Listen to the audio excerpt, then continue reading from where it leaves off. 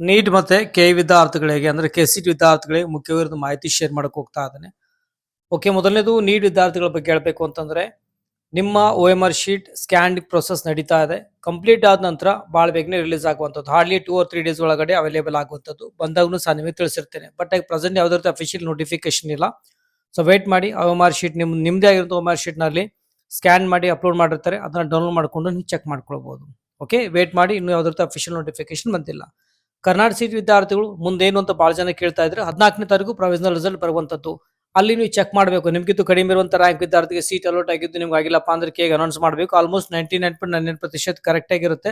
ಎಲ್ಲೋ ಒಂದೆರಡು ಮಿಸ್ಟೇಕ್ ಆಗಿದ್ರು ಸೊ ಅದನ್ನ ಕರೆಕ್ಷನ್ ಮಾಡ್ತಾರೆ. 14ನೇ ತಾರೀಕು ಪ್ರೊವಿಷನಲ್, 15ನೇ ತಾರೀಕು ಅದನ್ನ ಫೈನಲ್ ಅಂತ ಹೇಳಿ ಬಿಡ್ತಾರೆ. 15ನೇ ತಾರೀಕು ಫೈನಲ್ ರಿಸಲ್ಟ್ ಅವೈಲೇಬಲ್ ಆಗುತ್ತೆ.